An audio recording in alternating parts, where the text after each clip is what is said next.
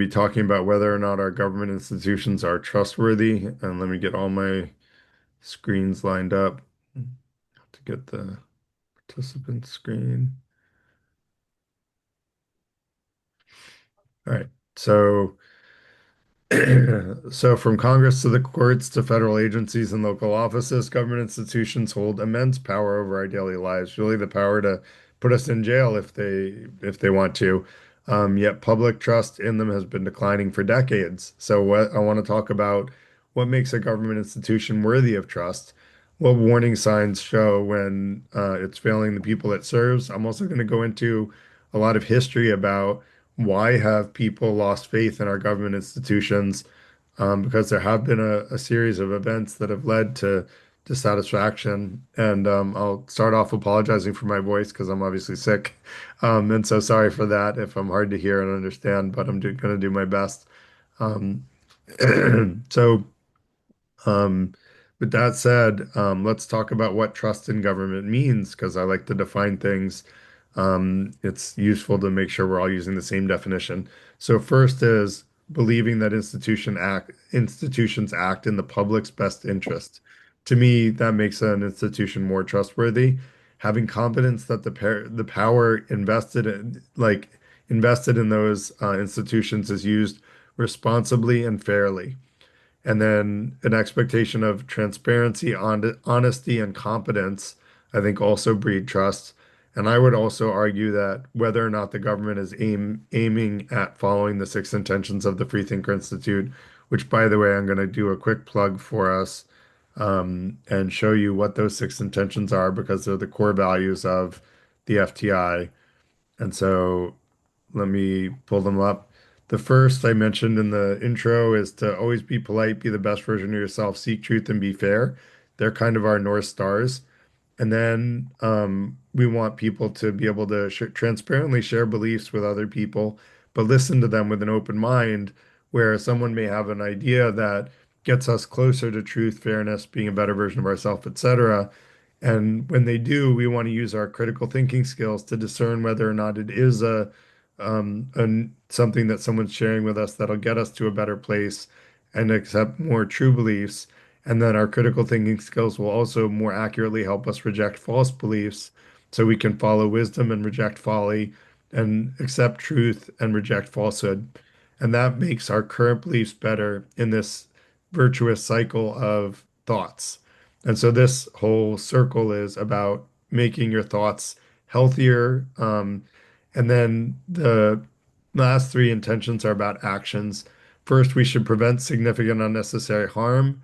Second, once we've done that, we should increase happiness and decrease harm, which means help people achieve whatever goals they have that don't cause significant unnecessary harm and decrease the harm that people experience, with a priority being on the people we can influence the most. And then last is the ability to express, accept, and reciprocate love, both platonic as well as romantic.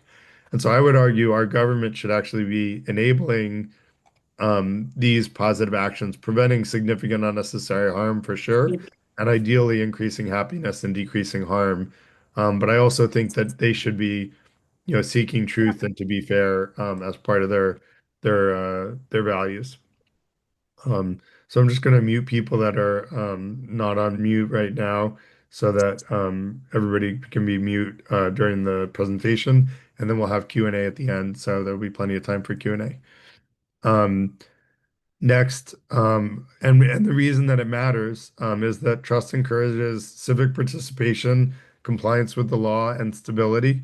And when trust erodes, you get polarization, apathy, and government corruption. And if that sounds familiar, we have a lot of polarization and apathy right now. Whether or not you agree we have corruption, I think everybody would agree we're very polarized, and there's a large part of the population that's apathetic, which is unfortunate because now's the time to get involved, in my opinion. So, talking about the balance of power, the government generally consists of people that are both appointed by Democratic administrations and Republicans administrations. And basically, the major perspectives, because of that, are represented in a government organization. And so if someone does something that's just partisan and a really bad idea, there will be pushback against that idea because it's ideologically based and not actually trying to achieve the goal of fairness. And you can get whistleblowers who are pointing out the bad behavior in government because you have the major parties represented, which gives a diversity of perspective in the government. This is actually, you know, like a good thing, I would argue. Now it can slow things down, quote unquote, but it's a good thing because what it does is it slows things down when they're unethical. There are, of course, weaknesses to this perspective as well, when you want loyalty to outweigh integrity. And for someone that wants just loyalty and doesn't care about integrity or what's fair, then this is a hindrance. This is a slowing down of action. So let's talk about the treatment of whistleblowers just with one slide. We had a whole event on whistleblowers and how they were treated by the US government. And I hate to say it, but we are really bad at um, treating whistleblowers. They almost always face retaliation, career destruction, psychological harm, being put in uh, like solitary confinement for months, which will make almost anyone go literally insane. And that reality really discourages other people from speaking out. We as citizens should not be like happy with this because what happens is when there's corruption in the government, we're less likely to find out about it because the people who tell us about it get punished or God forbid have to run away to Russia to find safety from the US government for having told the US about illegal surveillance. I'm talking about Edward Snowden there for people who don't know that story. We had a whole event on that, so I'm not going to go into it in more detail. I'm just going to touch on it at a high level.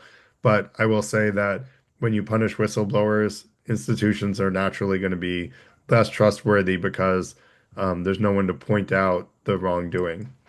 However, um, partisan loyalty um, and institutional integrity can be juxtaposed. If one political party decides to weed out members with differing opinions and only replace them with loyalists, then the government institution is no longer trustworthy because opposing views won't be voiced. You're only going to have ideological conformity, which can easily turn into fanaticism. That is exactly what's happening under Trump. Not covertly. This is very explicit. It's openly trans talked about in Project 2025. You can look at our event on that subject. It's openly talked about that Trump loyalists or conservative loyalists are being lined up to replace government workers, and Trump removed the meritocracy of government for a large number of government workers so that he could fire them and replace them with party loyalists. Now, Republicans have, since Ronald Reagan, been seeding mistrust in government institutions, and that's what I found out when I researched this topic. Democrats have also expressed mistrust in government institutions, but in a different way, which I'm going to go into. They're more focused on pointing out when the government is being unfair, corrupt, or looking for reform rather than dismantling the government. Whereas we'll talk about how Reagan dealt with it. So it started a little before Reagan, though. It started in uh, well, let me first start. Yeah, so it started in the 1960s, really during the Vietnam War and the Watergate scandal. So both events were really talking about. This is, by the way, a graph of what percentage of the population. I'm sorry, this isn't showing up on one screen, but a graph of what percentage of the population had trust in the government and showing it political or president by president over time. And you'll notice from Johnson down to Nixon down to Carter, then Carter regained trust, Reagan lost trust in the government, Clinton regained trust, Bush lost trust in the government, and then Obama, Trump, and Biden were pretty much stagnant. By that time, I think people had given up and no one really had faith in the government anymore. Um, so I thought that was an interesting trend. Um, this basically, I'm going to go into the Vietnam War in more detail, but In 64, 77% of Americans said they trusted the federal government to do what was right most or all of the time. And that's the metric that's tracked here is that the people trust the government most or all of the time. And now we're down to below 30%, consistently over the last, you know, almost 2 decades at this point.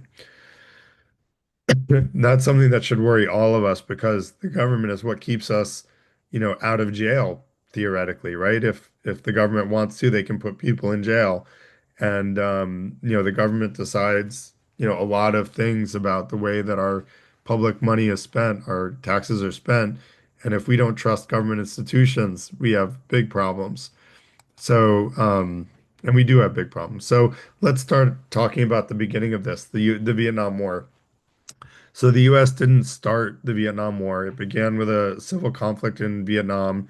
The US gradually started supporting the anti-communist South. The war was escalated by both Republican and Democratic administrations, driven by something called the domino theory, where they said if Vietnam fell to communism, the rest of Asia would follow and become communist too.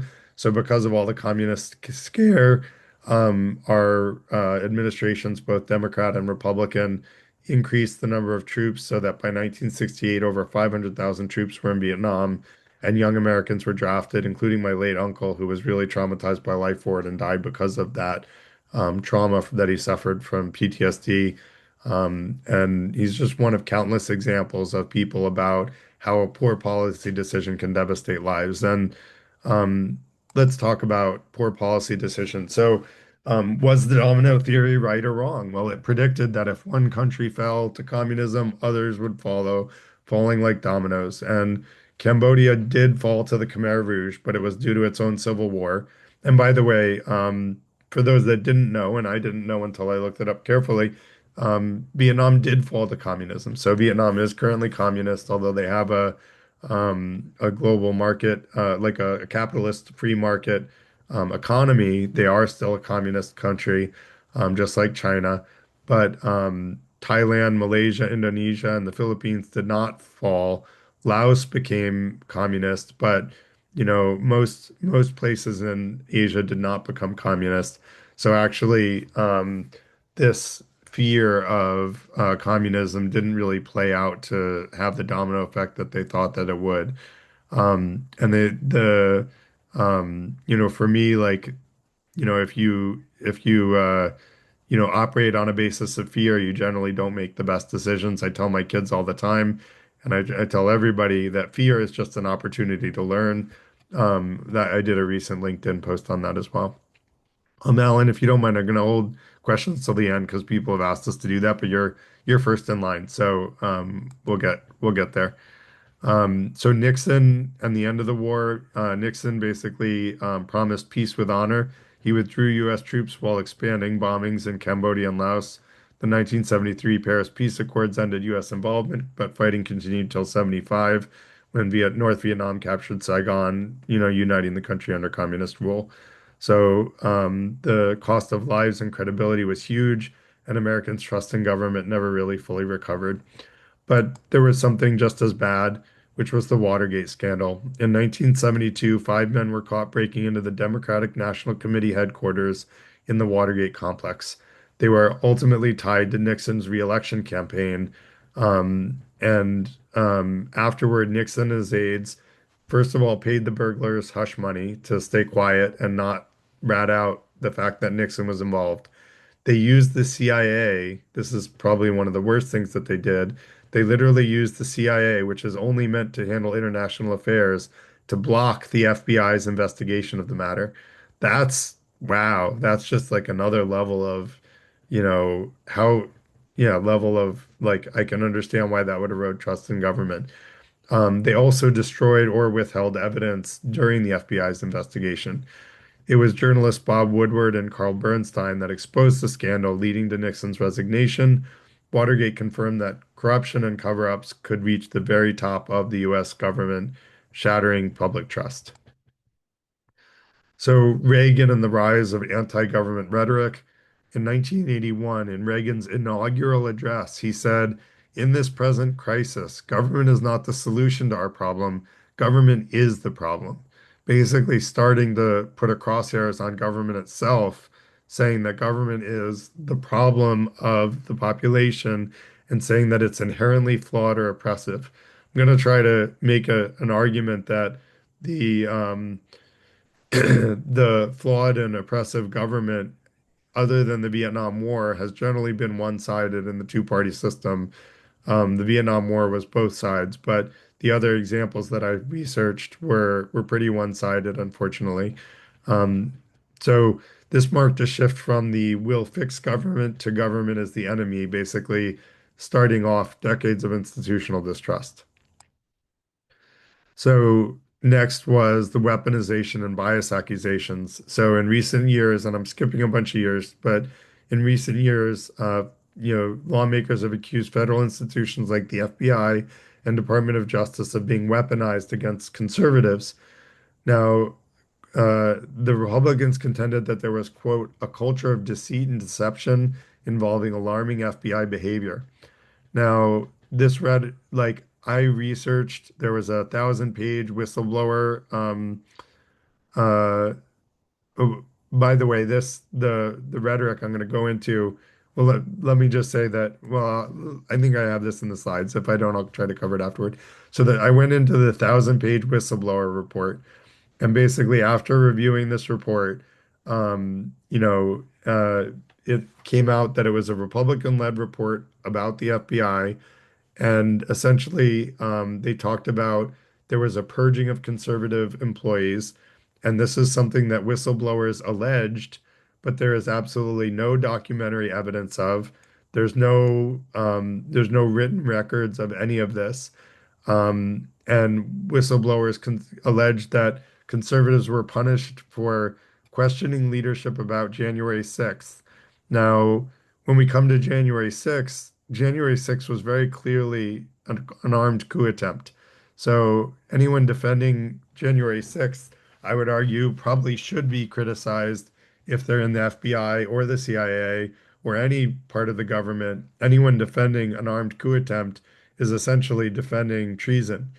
And I would argue that's a big problem. Like, no government should have members of the government defending treason that remain in that government. That just doesn't make sense. And so they also claimed that FBI statistics were inflated about domestic violent extremism. And this is basically right-wing extremists like the Proud Boys and the folks that perpetuated January 6th. And they said that the evidence was inflated, but they have no internal documents, even though these are insiders and they had access to internal documents, and they were supposedly whistleblowers. But this 1,000-page report provides no internal documents, no inspector general findings, no named sources. It's all completely anonymous testimony by Republican authored letters and authored letters. So the report looks more like a political attack than a verified investigation. There was no investigation. It was just a bunch of allegations thrown together in a report so long they figured no one would read it.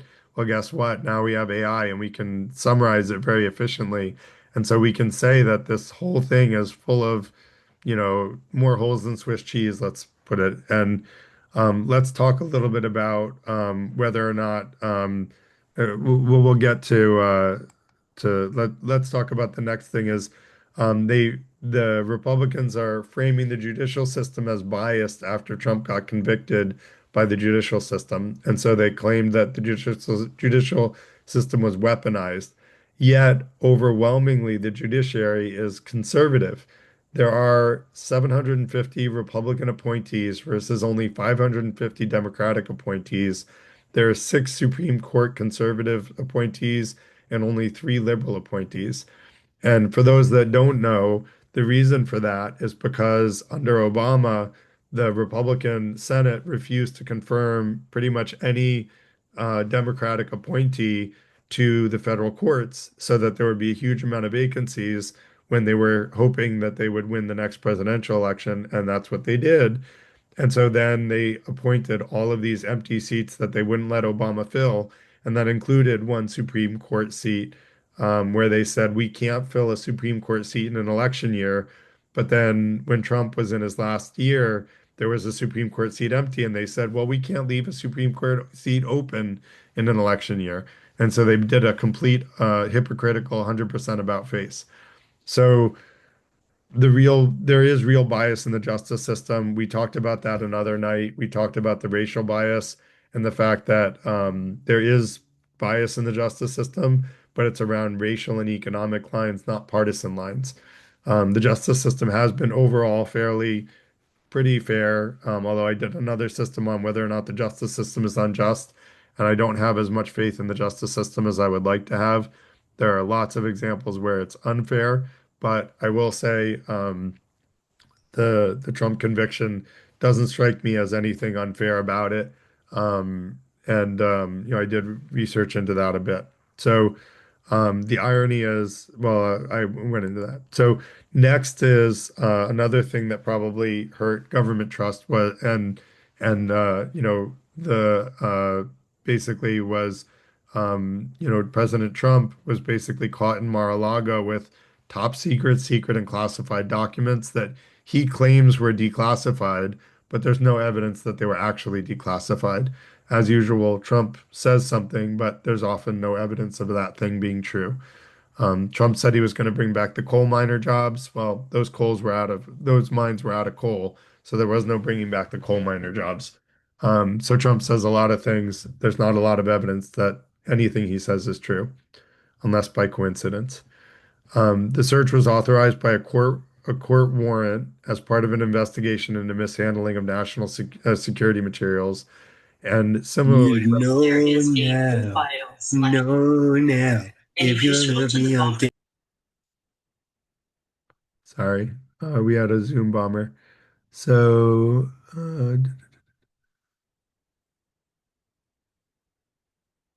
I'll report him tomorrow, and he'll probably get kicked off of Zoom. So lawful investigation. Oh, similarly, Representative Scott Perry's phone was seized under a court order in connection with attempts to overturn the 2020 election. And the Republicans said these were weaponizations of the Justice Department. Those were lawful investigations, not weaponizations. They're examples of accountability, which are required to have, trust in our government institutions. Now, I guess shoot, I had another thought, but I'm gonna go on to the next. Maybe someone will bring it up in chat. So let's talk about democratic distrust in government. Democrats also have distrust in government, but it's generally against corruption, big money, buying political favor, and about fairness, not about dismantling the government itself. Barack Obama had a quote of "You didn't build that," which was basically talking about how businesses that are built successfully are only built because they have public infrastructure that our taxpayer dollars go to fund in order to be able to build that. And I like to say, sort of tongue in cheek, that for anyone that says taxation is theft, then I recommend going to a country that has no taxation. And for people who say government is not trustworthy, well, go to a country that has no government. And there is one. It's conservative paradise. There's not just small government, there's no government. There are no taxes because there's no stable government at all. There's no one to collect taxes. The name of the country is Somalia. And anyone that thinks taxation is theft should really go see what conservative paradise looks like, hands down, like, because chances are good you won't last a couple weeks there. It's ruled by might makes right, and that's really not a good way to live in the modern world. Um,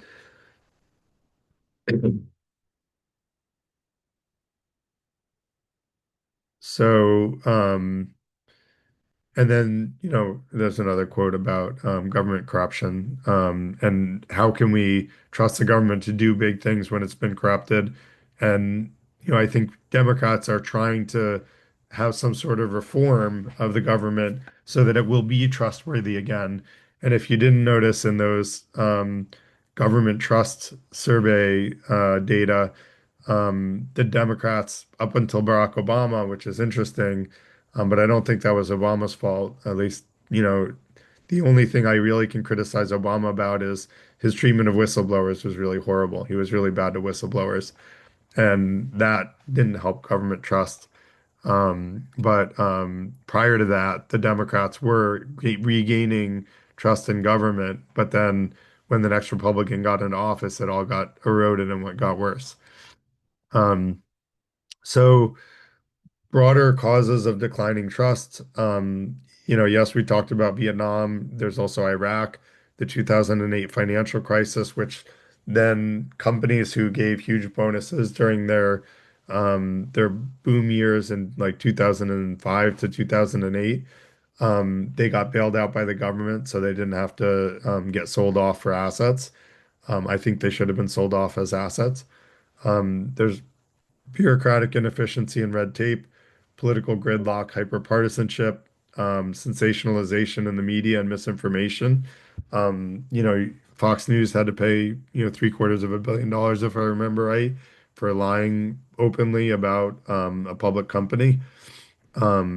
Decline in journalism, local journalism, and civic education. I don't know, like I don't know how bad it is now, but I can say that, when I grew up in the 90s as a student, civic education was pretty horrible. And if it's worse now, then that's very bad news.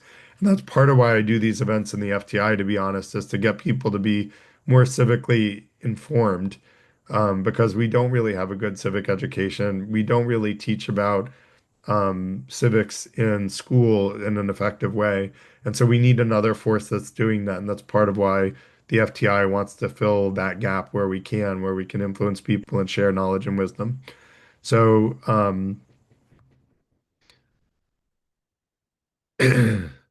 so from a global context, declining trust is not just an American problem. There are a lot of democracies facing similar trends. Denmark, Norway, and Finland maintain high trust levels through low corruption, transparent government, and strong civic culture and education. So trust can be rebuilt, it can be established. It just requires having a will in investing in public education.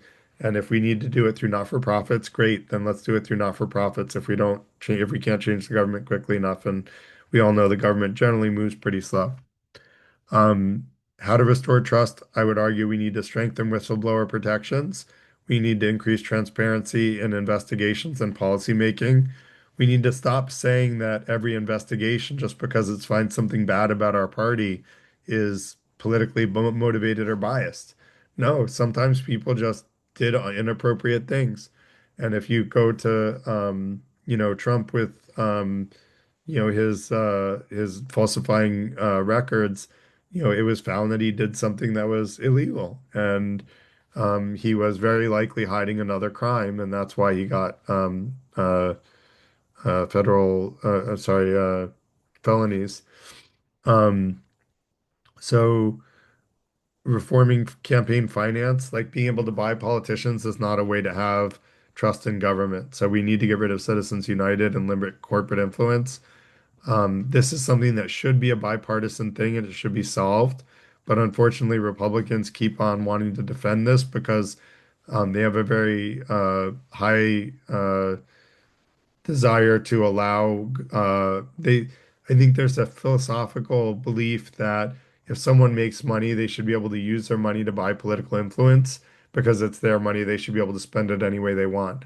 But the truth is, if we want to live in a democracy, we should only allow our votes to be the things that get political influence. Money should not be the thing that buys political influence.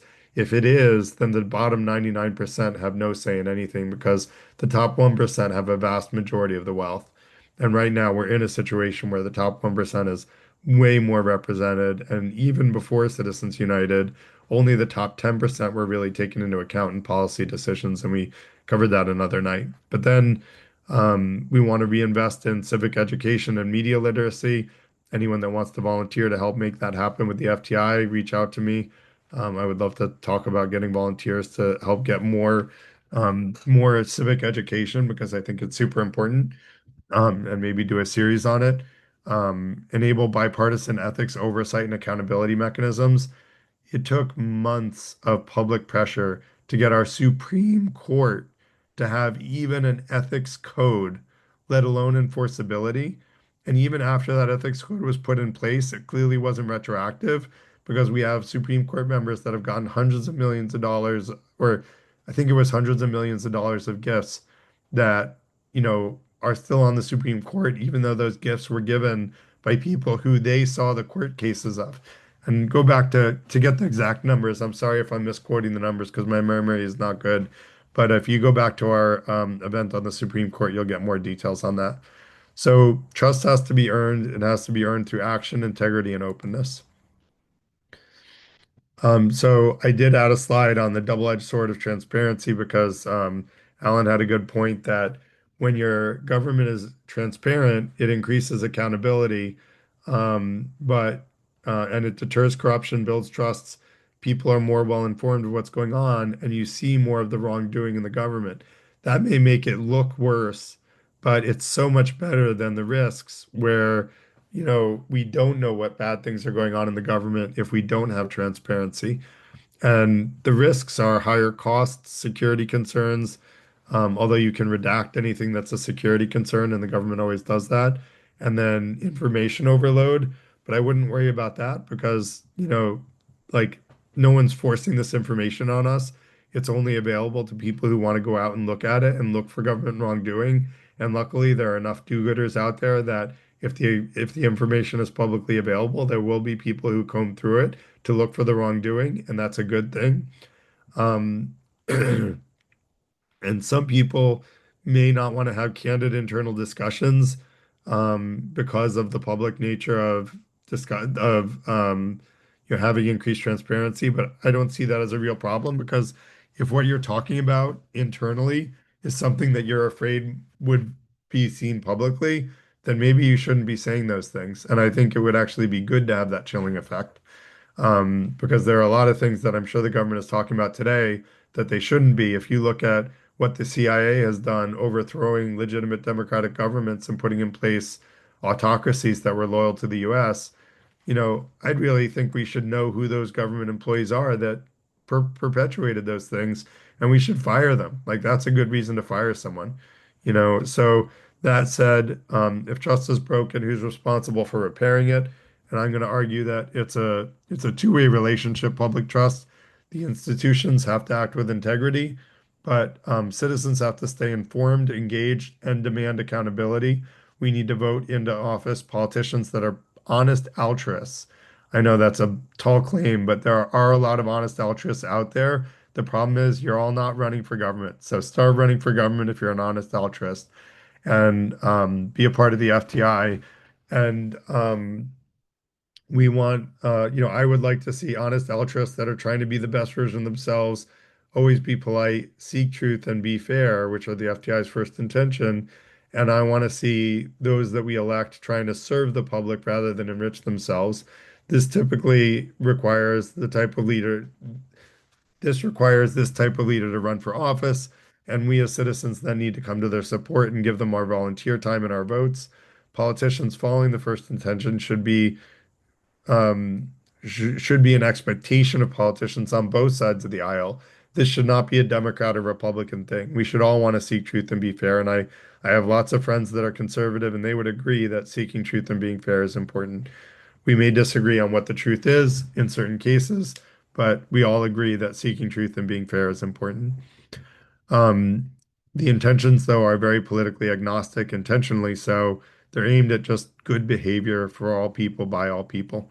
So democracy doesn't depend on perfection, it depends on continuous accountability and shared responsibility. And that said, I'm going to leave it open to questions. Would love to hear from anyone that has comments or questions.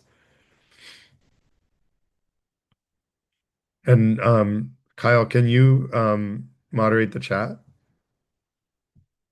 Since I can't pay attention to the chat while I'm like moderating.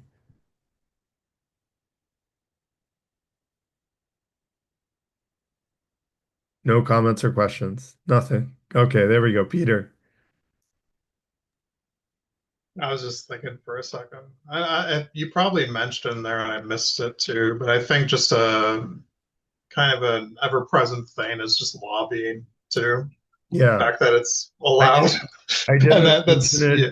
specifically, and the only reason I didn't, Peter, is because I mentioned getting money out of politics. But Yep. you know, I have a love-hate relationship with lobbying because there is a good purpose to lobbying. There's a way in a world in which lobbying is a good thing, and that world would be a world of transparency. If we could all see what the lobbyists are saying and who they're talking to in political realms, lobbying would be a good thing because what ends up happening without lobbyists is you have government passing laws with no idea how it's going to impact private enterprise. That's a very bad thing. It can ruin our economy because politicians usually have Mm. no business sense, no business awareness even. They're just like in their own Yeah. political bubble. So we need lobbyists, but we need transparency of lobbyists so that everything they say and do can be scrutinized without, and that way, they won't be passing laws that just help their company get a leg up in government, which is what they're doing today. Yeah. That makes I haven't ever heard that argument for it. There's probably something there, and I just don't know about it. That's interesting. I'm the first person to make the argument that I know of, Peter. Maybe I'm not the first one to do it in general, but I'm an inventor, right? So I try to come up with unique ways of solving problems, and absolute Yeah. transparency seems to me like the idea that would help with lobbying. Oh, I I mean, absolutely didn't. Okay, never mind.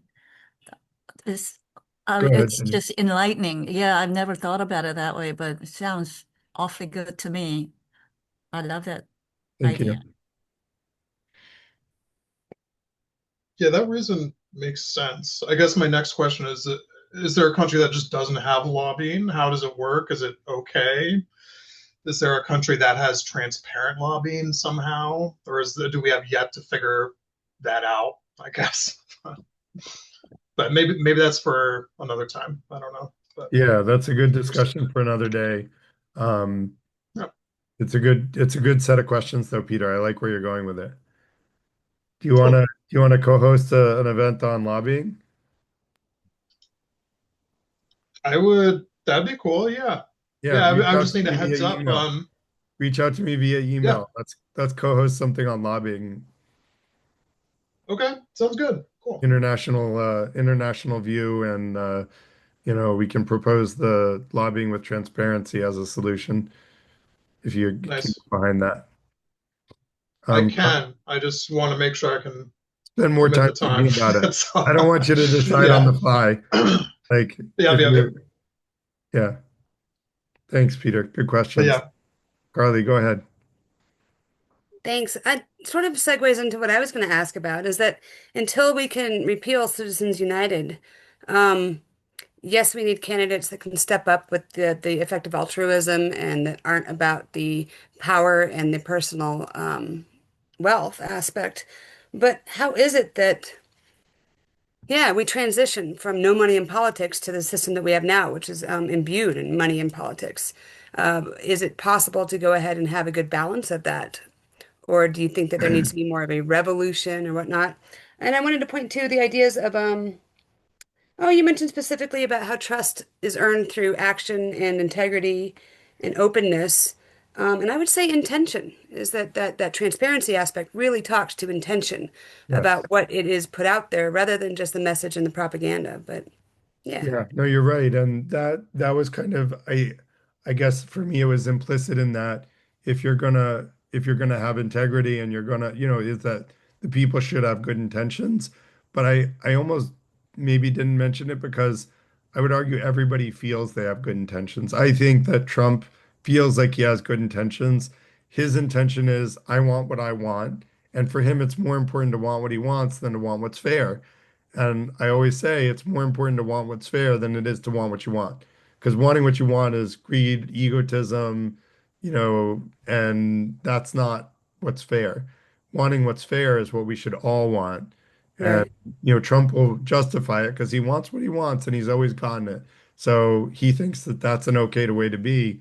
And in some respects, you can blame the people around him that keep coddling him and telling him that he's right because if everybody gave up on him and stopped telling him he was right, then he wouldn't have these misunderstandings, right? So I don't think Trump is really the problem himself. He's a pawn in a game of chess, if I'm honest. I'll disagree with that slightly later, but we have other people who want to speak first. That's okay. The other thing I just wanted to say is I think we can transition with money out of politics. I think we need to we need to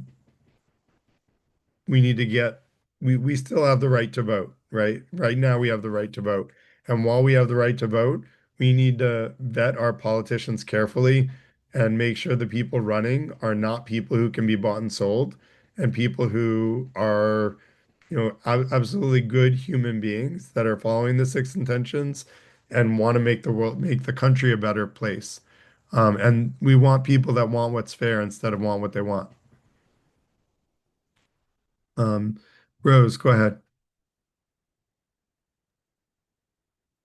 Hi. So, when it comes to like government transparency, I don't think the government has any incentive to be transparent to the public, to be honest. And money has always been deeply tied to the government. And there has been multiple great wealth transfers. Um, so it makes the people's vote essentially worth less because whenever something happens, you always have to follow the money. Why this happens? It's because of, like, for example, like the lobbyists, whatever kind of legislation or whatever they want to be done, um, their their purchasing power is always going to surpass any like uh, mass public voting power. When you say their purchasing power can surpass voting power, what do you mean by that? Like lobbyists spend like billions of dollars. Like for example, like the healthcare industry, they'll spend a lot of money so giving it to like certain candidates like that. Right, but those candidates don't have to accept the money in the first place, and they don't have to vote in the direction of the money, right? That's where, we need to vote into place politicians that can't be bought.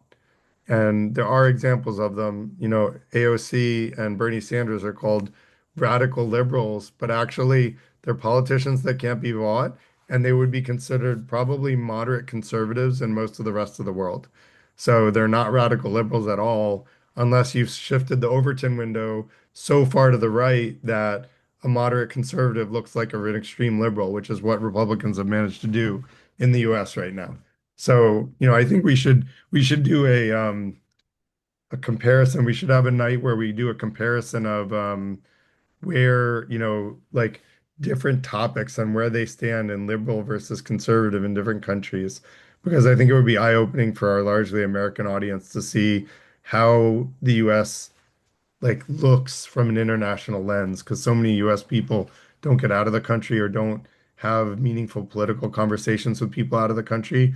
Yes, you're a tourist in another country. That doesn't mean you understand how that country works or what their beliefs are of America from a vacation in the Louvre or whatever. So let me write that down. And the other thing you said, Rose, is that transparency isn't in the government's incentive. You're right, it's not. But there's something called the Freedom of Information Act, which forces the government to be transparent. And what that does is that allows any US citizen to request government records on a specific topic, as long as it's not an issue of national security, et cetera. The government has to hand over those records. So the government has to be transparent. And I have to say, it's a pretty damn cool thing that we have that. And so it's required that the government be transparent to a certain degree.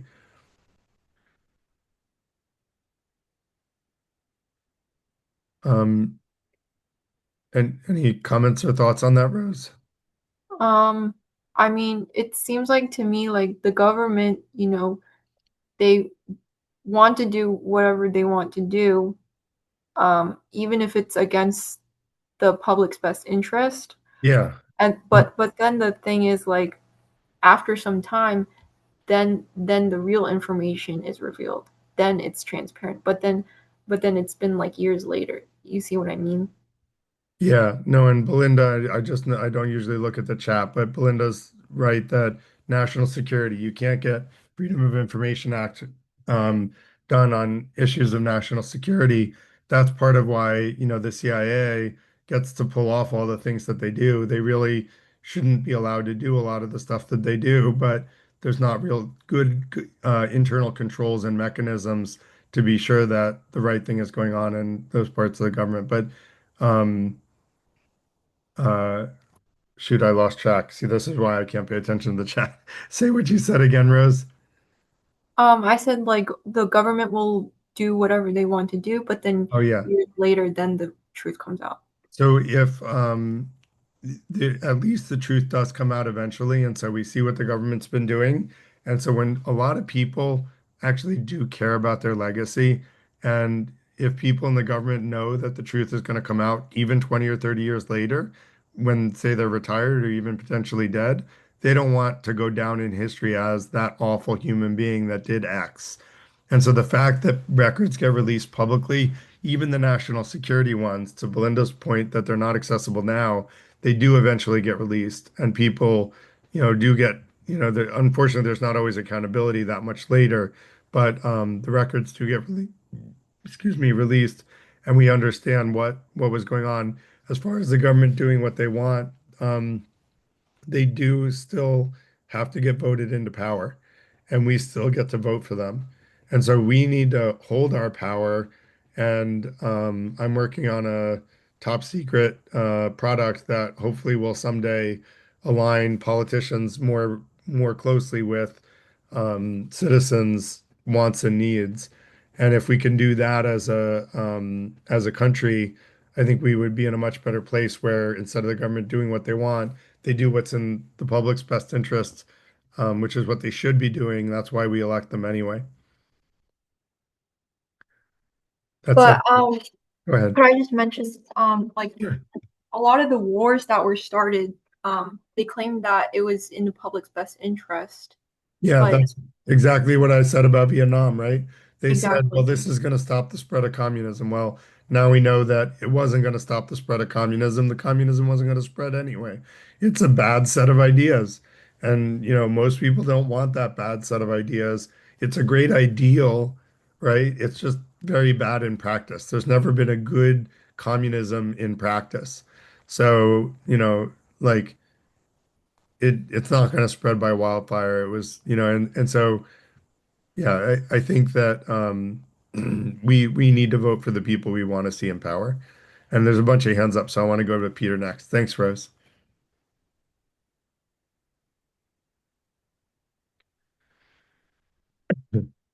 Sorry. Do you want to skip over me for now? I thought I already went a Or little yeah, if you don't earlier. mind, just raise your hand No, again. not at all. Let's go to the other folks. So Stephanie, go ahead first. Yes, good evening. I apologize because I missed the beginning of your talk, so I hope I haven't, I'm not going to repeat or maybe Okay, go something ahead. you've already covered. But I just, I picked up when you guys, when you were talking about the lack of trust in the government, which is something that, being a foreigner here has always surprised me. That level of distrust. I remember a conversation with somebody who explained to me that well, that was long before Trump actually, that public education should be abolished. And coming from France, I was like, what? So, Yeah. but I mean, I think we need to look at your history, the history of the US. It seems to me it hasn't always been like that. And after the Second World War, there seemed to have been a consensus for a type of liberalism, which also supported social reforms. And there seemed to be at the time a consensus, on both sides of the aisle. So, what changed? And I guess well, that's a complicated question, but it would be important to understand why things got worse. And I think there's, of course, probably a lot of reasons, but okay, I'm a scholar of, and part of when I was younger, I work on communist countries. And so I think the end of communism was a big reason behind all of these Yes. changes. And You're right. We did cover that stuff, Stephanie. So, Yeah, okay, okay, sorry. I covered how the U.S. had a high sense of trust in government up until the Vietnam Yeah, War is when it started to erode, and I went through the yeah, history of yeah. how it eroded and where it went up and down. So Okay, you'll yeah. probably like the recording. It'll be up on YouTube in a Oh, couple days. perfect. Yes, yes. Sorry about that. Yeah, That's okay. did you mention the weakening of the unions? Because that's something I'm very curious No, I about as did well. not. I did not Okay. mention the weakening of the unions, but that's been a constant back and Mm, forth where Democrats support the unions and Republicans want to bust the unions. mm. So yeah, that'll be an interesting one when we do our international comparison of the US and others. I'll Yeah, and I guess the last point I wanted to make for me when I think about, the lack of participation public election in elections in general in America, I think we need inspiring candidates. And when I think about yes, yeah, I think change should come. I mean, hopefully change has to come from the ballot box. Somebody earlier Yes. mentioned a revolution. I'm not sure about that. I Yeah. cutting heads was, yeah, probably hopefully out of fashion. But yeah, and how do we do that?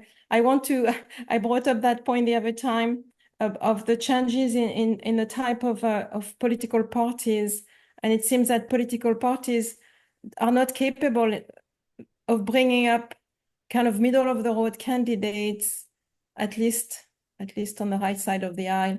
I kind of agree with what you said earlier that candidates that are considered very much to the left here are probably middle of the road in many Western European countries. But Yeah. um, yeah, and sorry, go ahead. No, no, go ahead.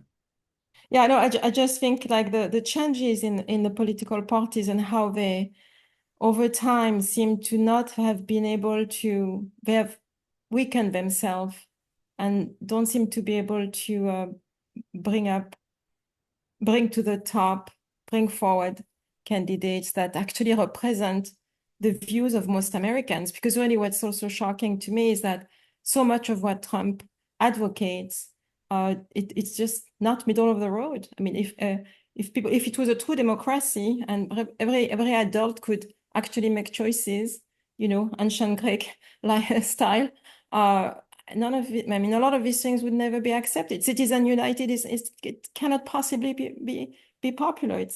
I don't believe it. I'm sure there's, Yeah. But I have met conservatives that tried to defend Citizens United. yeah. Um, I got kicked out of a chat room for saying that asking why they believed in Citizens United. So, just even questioning it becomes like, you get shut down and they retreat to their echo chamber, which is unfortunate, which is why we want to have conservative voices in the Freethinker Institute too, because I want to hear the perspective of people who think they can defend Citizens United.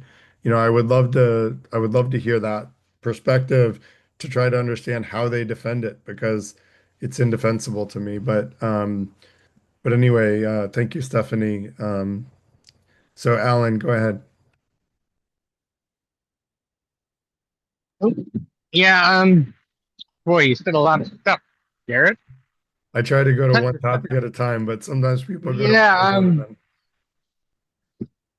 yeah, part of the challenge we have now, I think, is,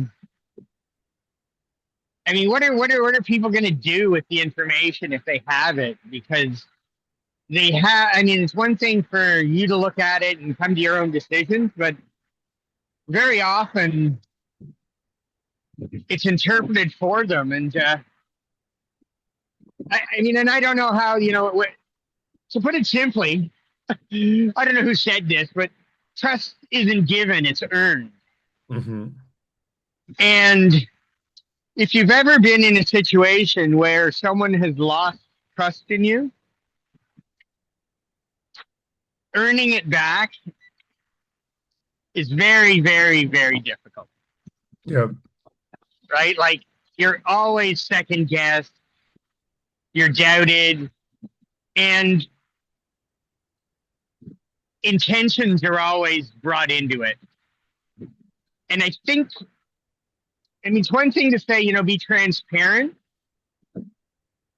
but how do we uncover what the intentions of the people are? right? If we know when they're talking, and I think this is where the Democrats have had a problem, is they have a lot of, they're trained in what they say, and that's why Trump's got done so well, right? He just says what he thinks, and you really want politicians say what they think and say what they feel, Hmm. and you want them to be truthful about their intentions, even if the facts don't line up. Hmm. And like you said, so I'm walking, so I didn't take notes. But boy, there's a lot of stuff. Like, and I don't know where you go with intentions, right? Well, I think understanding people's intentions is really important. And, you know, having the intention to follow the six intentions is all I could really ask of a politician. But I do Yeah. ask that, right? I think, if someone's not doing that, then they don't have a healthy set of thoughts that are aligned with truth and fairness, or they're causing significant unnecessary harm when we all know that no one should be allowed to cause significant unnecessary harm, or they're increasing harm and decreasing happiness. And why would anyone like that? Why should we put in power people who are going to do that? So, really, I think having the six intentions as a foundational set of ethical principles is key. Um, which, by the way, I don't know. I don't normally, I don't know if it's in my doc, but we have an ethical decisions bot, which I used myself today, and I had an ethical quandary, and it was very helpful actually.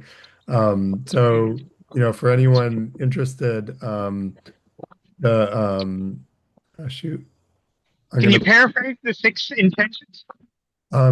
The first is to always be, I covered it in the beginning. It's always be the best version of yourself, be polite, seek truth, be fair, transparently share your beliefs with other people, listen to them with an open mind, use your critical thinking skills to discern fact from fiction and wisdom from folly, prevent significant unnecessary harm from happening to anyone, increase happiness and decrease harm opportunistically wherever you can, and an eagerness to give, receive, and reciprocate love.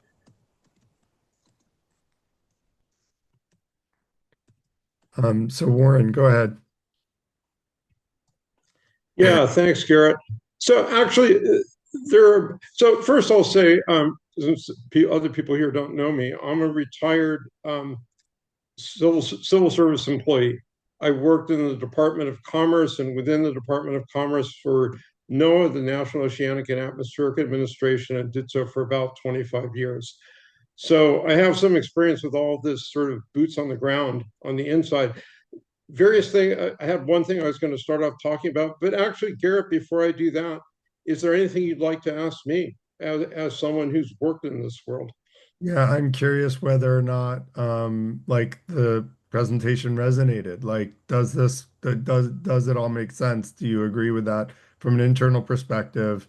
Yeah, I'm curious. Yeah, I thought it was a great presentation.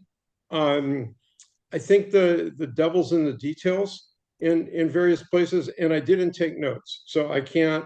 I'll be interested to go back through this when you have it posted, and I could probably offer more detailed feedback at that point. But really nice job, and I thought you did a great job covering the territory.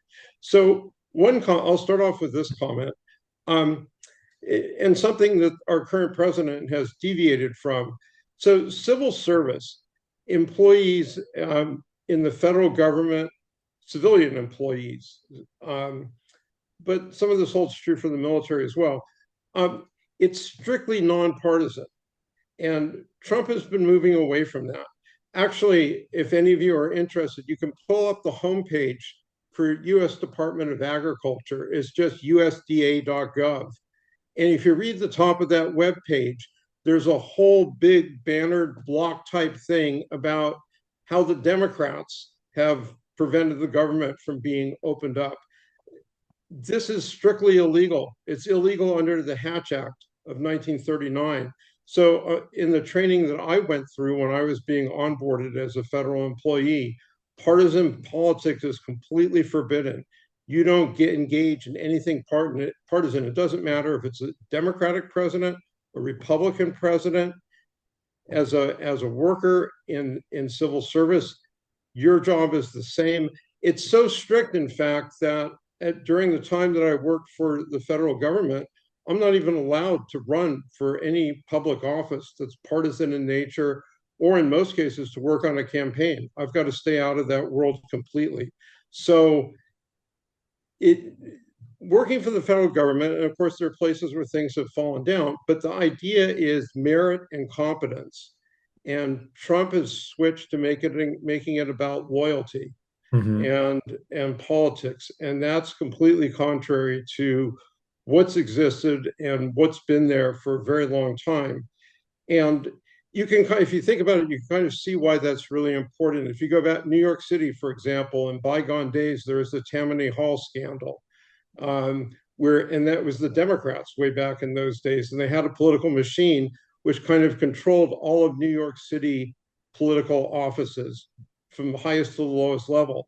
So if someone new gets elected mayor, say a Republican goes out and a Democrat comes in, all the people working for the government, New York City government, are fired and replaced with loyalists to that regime. What you really want in the civil service are people who are competent at doing their jobs and will continue to do them as you transition even from a Republican to a Democratic administration or vice versa. So I'll just leave it at that for now. Yeah, I think actually the Tammany Hall, interestingly enough, the Tammany Hall stuff, yeah, it was all before the Great Party shift. So even though it was Democrats, it's the modern Republican Party that was part of Tammany Hall.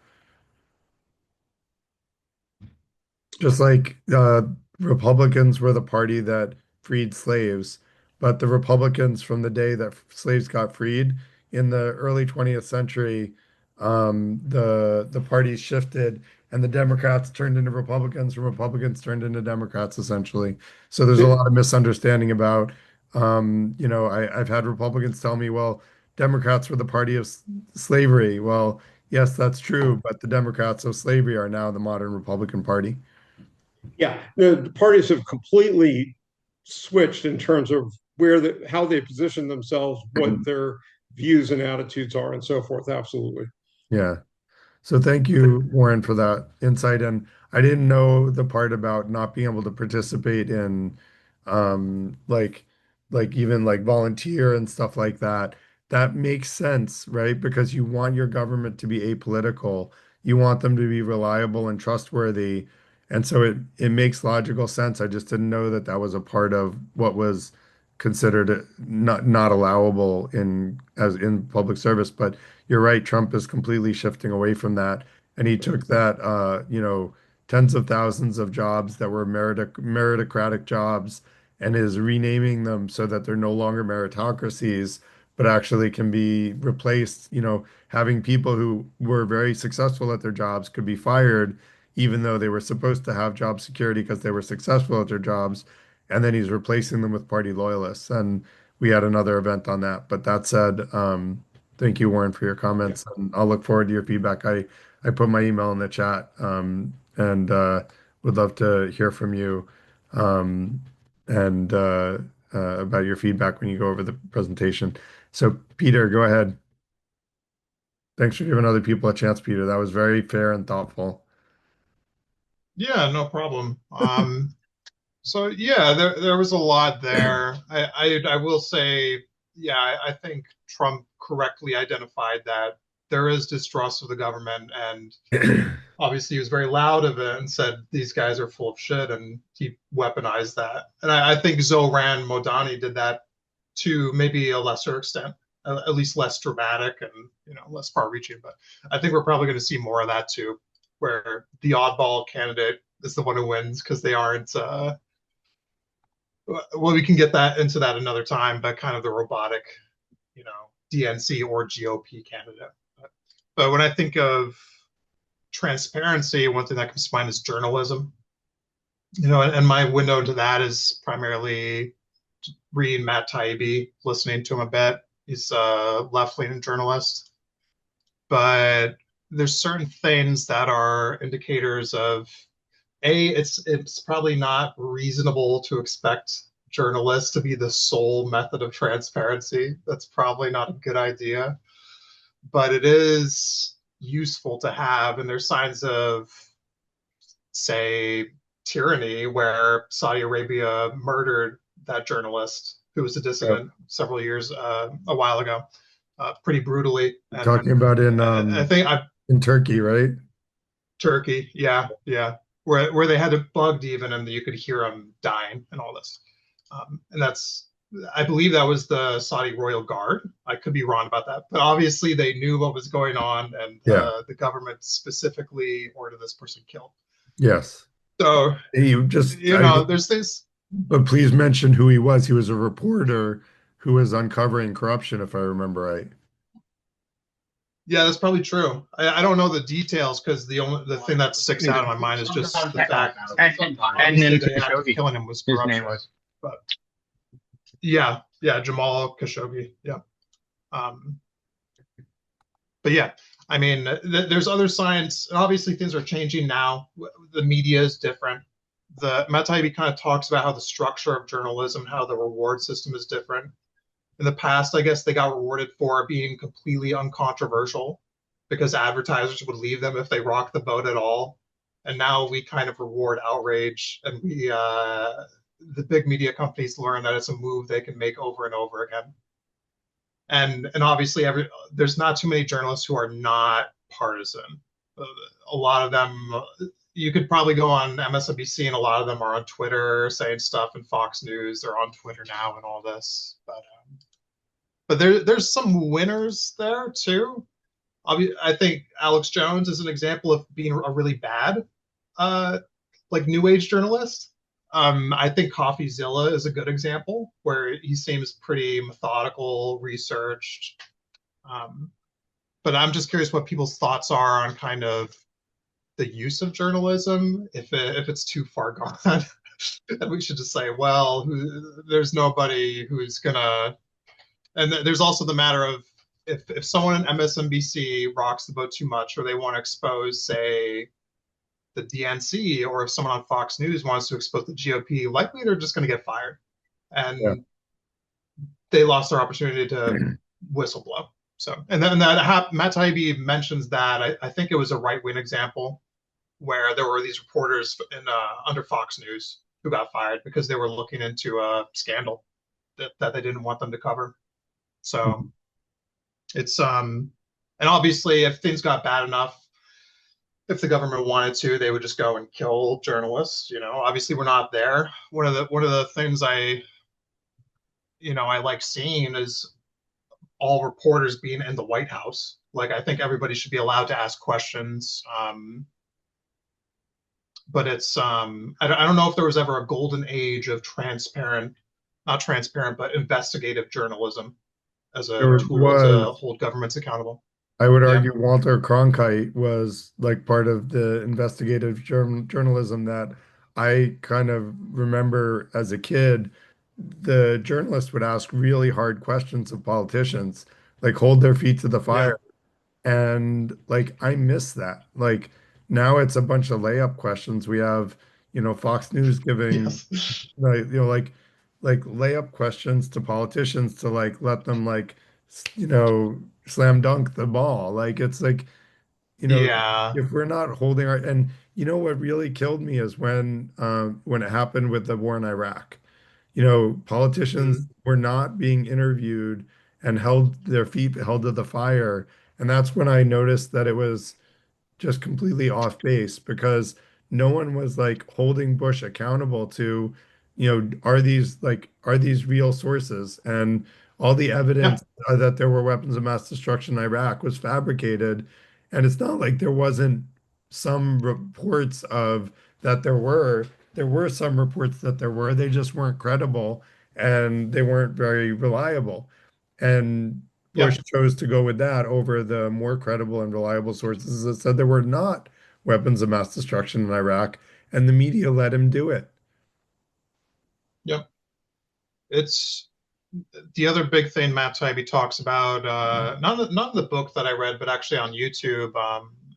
He talked about it in the government too, was the Twitter files and the use of, I believe it was the FBI and CIA going to Twitter and saying deplatform this account. and all this, and stopping people from spreading information there.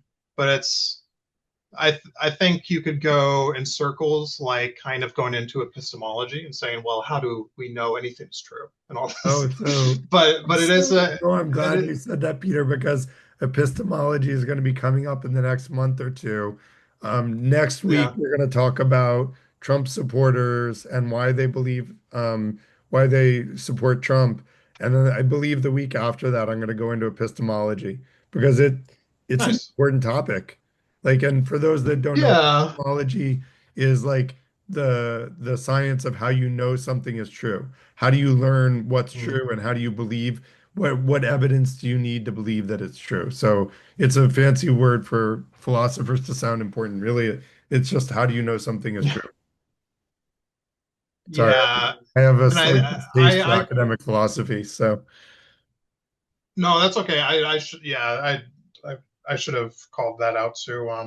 But yeah, I think maybe that problem goes to how do people communicate? How do they disseminate information? How do they research? And we're going to go into some sci-fi problems, I'm sure, where North Korea will use some AI to answer people's questions, and it will always tell them that the government is right yeah, and all this. yeah, no, I'm sure they're going to try to do It's becoming that. a North Korea yeah, it's more actually nuanced in the digital age.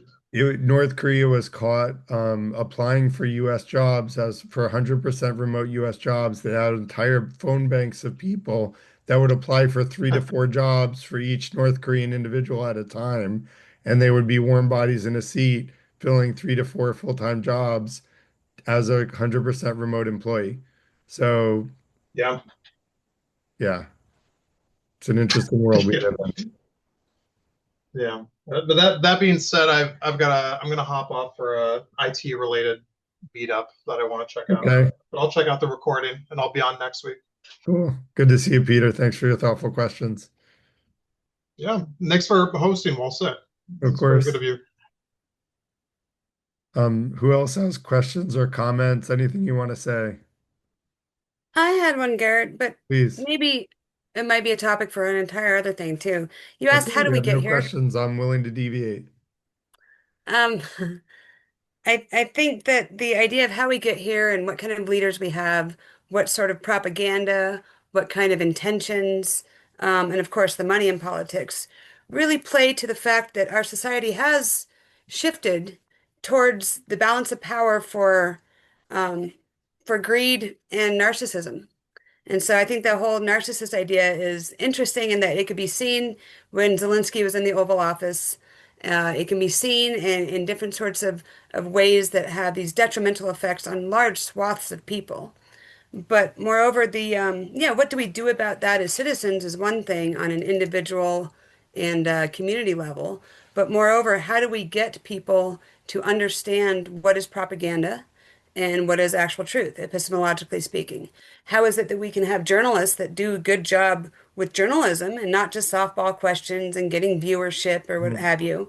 And it isn't about that greed or money or capital that somebody might get by piquing people's emotions or whatnot. But the last thing that I wanted to ask in relation to this was about maybe new tools, something like AI, something where we might have a wealth of information, because right now there are reports that just like to the point that Mr. Blair was speaking about the USDA blaming some political party, there are other swaths of information that it just isn't getting entered into the record. And so if that record is not there to come out in 20 years, that's one thing. I wonder about the use of AI or we as citizens that can sort of conglomerate facts and then have a place where we can go and actually discuss those rather than getting overrun by North Korean bots or by propaganda. And then finally, to that point about security, it's incredibly important to have national security. And we're walking a fine line right now with people claiming to support the First Amendment and violating that in different ways, and then not actually truth speaking. So, transparency is incredibly important in journalism with our politicians, being able to ask and engage back and forth. And then, of course, with um, our overall national security and how we protect our citizens and our structure from that sort of corruption and that infiltration and such. That is something that is, in my opinion, not necessarily earned. That is deserved so that our government can protect our country and our citizens as its job is. But we need to think also about the about delivering the goods. What does it mean to have a a set of politicians or a strong government or a political party? And what does it mean to be citizens of a country? Is that I do believe there ought to be something that is delivering the goods, having not only national security, but healthcare, having more social reforms and ideas that help more people so that it doesn't trickle down to the fewer and fewer, which just sort of, in my opinion, may perpetuate that narcissistic greed and corruption that is going to infiltrate things. And it's hard to go back once that trust has been lost. You covered a lot there, Carly. Sorry, that's true. I'm But sorry. but what I want to do is I'm going to send you a DM and please email me because I want to talk about two of the things that you mentioned, and if I've missed other ones that were important, let me know because we don't have other hands up, so we can just dialogue back and forth. But one is like how do we as citizens assimilate facts? I think AI is very effective at letting us do that today, but you're right that it has susceptibilities. If you want to talk about some long-term plans that could um, could be a better alternative long-term solution. But I would argue AI is very good at like unearthing the truth and unearthing sources for the to justify what it's saying so that you can validate first degree sources. What we really need is for people to use it and to know how to discern what's fact and fiction and wisdom and folly. And that's what critical thinking does. And I did a 2 month series on critical thinking about a year ago. And so for anyone interested in learning like more about critical thinking, look at the Freethinker Institute Critical Thinking. There will be a YouTube series of videos going through all aspects of critical thinking. So I think that's my solution to that. Although some of it we would talk about offline. And then as far as transparency with politicians and engaging back and forth, that's that's my project trying to get money out of politics is related to that. So that's an offline conversation. And there is a way Well, to get thanks. money out of politics. So Yeah, there are, and there's a lot there. And it ultimately, I think that to your point earlier, that it is time to step up, not just is. for this group, not just for larger communities or voicing an opinion online or responding to a Twitter post or whatever it's called. But it's time for us to actually get involved and Agreed. build our communities and have more discussions and actually hash out what the ideas are. Because I do believe that there is a majority of almost every issue that we have agreement on, and that very little of it is really truly divided. That might be something that is, to the earlier points made, sort of put onto us because somebody stands to gain if we're fighting amongst ourselves. Yeah, And so I it might be agree. really helpful to come together and have more discussions. It's not just about left and right side. I really hate that divisiveness and that black and white idea that things are either one or the other. That's not how it is. I see a lot of gray, and I think a lot of us do in the right ways that we can come together and agree on what policies matter. Everybody wants a good retirement. Everybody deserves health care. Everybody wants to see, peace and non-corruption. We have a lot of the same values because we're all humans on this planet. We're in it together. So that's my little cry for let's get involved. Yeah, I agree. We need more people involved and we need people to become more politically active. And that's where voting in the voting booth really does matter and sharing the truth with other people. Because while I agree with you, a lot of us would agree if the truth were known. I think a lot of people's epistemology or, how they decide whether or not something is true is based on a misunderstanding and they're trusting sources that are not trustworthy. And when they trust those untrustworthy sources, they believe something's true that's not true. And what that does is it causes you to do the opposite of what you're supposed to do. And I did an event on thought experiments, which is a theoretically a philosophical idea, but really it has practical implications, which is if you start off with the opposite an understanding of the opposite of truth, you will actually come to the absolute wrong conclusion if you use an unrealistic example. And so you actually have to, all I'm trying to say is that sharing the truth and wanting to have a community that seeks truth, which is what the FTI is a community that seeks truth rather than seeking to be right. Almost everybody is mired in confirmation bias. If you go to Mhm. YouTube and look at Freethinker Institute confirmation bias, we had a whole event on it because it is enemy number one of mankind, other than enemy number two of mankind behind egotism.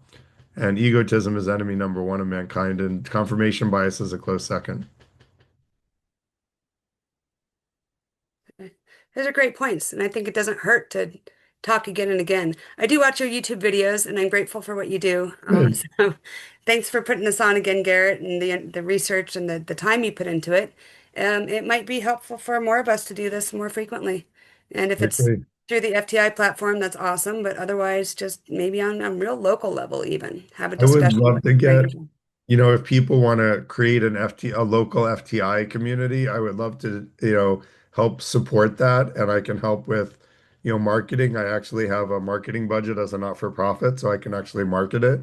So if people want to start a local FTI branch of people that meet in person, I'm fully supportive of that and would love to work with you. So, um, I'll put my email in the chat, again, just in case anyone's interested in that.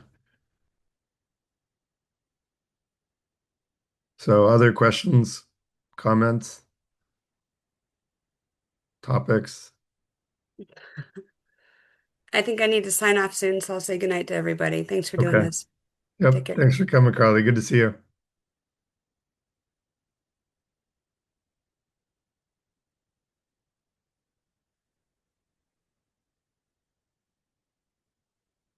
There's no more comments or questions. We might end early. So Garrett, is your go ahead. voice going because, Garrett, Yeah. is your voice going because you've been giving speeches all day? No, Or, I'm sick. So I have a cold or something. oh, So and here you are holding this meeting when you're not feeling well. no, I don't Again, feel I that do bad. appreciate, oh, I don't feel that bad. I sound way worse than I feel. I'm a little oh, tired, more tired than usual, but I'm not bad. I've been working since earlier than 5, like 4:40 this morning. So I don't mind ending a little early and putting the kids to bed early if that's what we want to do. that's fine. That's fine. Yeah. Cool. Well, thank you all for coming. Please come back next week because we are going to have a panel of Trump supporters. The event is not posted yet. My person that posts my events normally is in the Philippines, and she was affected by a typhoon, so she has no electricity or internet. So I'm trying to get someone else to post it because we post to like a dozen places, and I don't have time to do all that. So I'm going to get someone else to post it, but it should be posted hopefully overnight tonight. So thank you all for coming, for the thoughtful questions and comments and Are you event talking about for suggestions. next week? You're talking about next week, Next a week is meeting the posting? panel. We're going to have a panel of Trump supporters and try to understand why it is that they like him and what sources they trust and why they trust those sources. And I'll try to come up with a list of thoughtful questions to try to do what I call listening to understand, listening with empathy to why they believe what they believe. Because I have my hypotheses on why people support him, and they've been validated by some people, but I want to hear from the people that support him why they support him. Very good. Okay. So Yeah. please Thank come you, next Garrett. week. And Of course. Of course. yeah, I Yeah. think it'll be enlightening. Yeah. So thanks again, everybody. Have a great night or morning, Thank you, depending on Garrett. where Good you are in the night. world. Take Thank you. care. Thank you, Garrett. Thanks. Bye bye.